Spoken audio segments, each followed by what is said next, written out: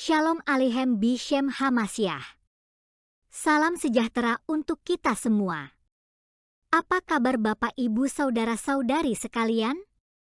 Semoga kita semua dalam keadaan baik ya. Pada kesempatan kali ini, kita akan membahas tentang Kristen Mesianik.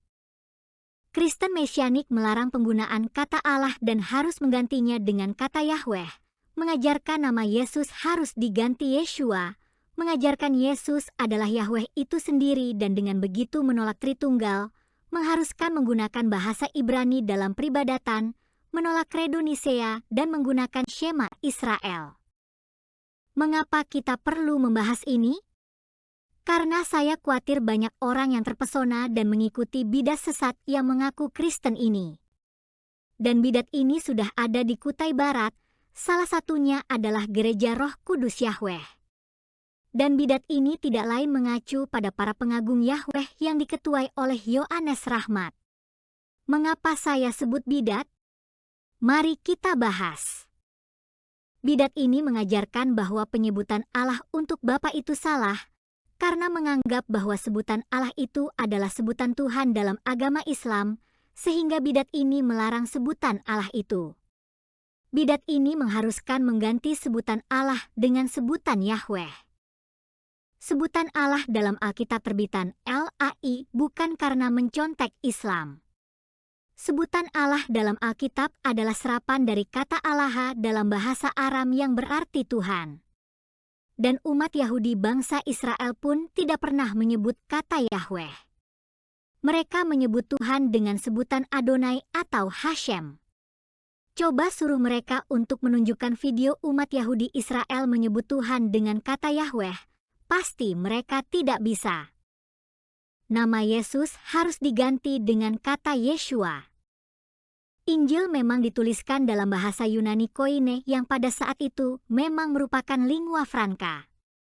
Dan dalam bahasa Yunani itu ya memang tertulis Yesus, yang dalam bahasa Belanda menjadi Yesus, yang diikuti oleh lidah Indonesia. Tidak ada kata Yeshua dalam bahasa Yunani Koine. Itulah kebodohan bidat ini. Yesus adalah Yahweh itu sendiri, sehingga tidak ada tiga pribadi Tuhan, tetapi Tuhan hanya satu pribadi, dan menolak dogma gereja Tritunggal Maha Kudus. Yesus bukan Allah. Yesus adalah firman Allah yang menjadi daging. Yohanes 1 ayat 14, bukan Allah yang menjadi daging.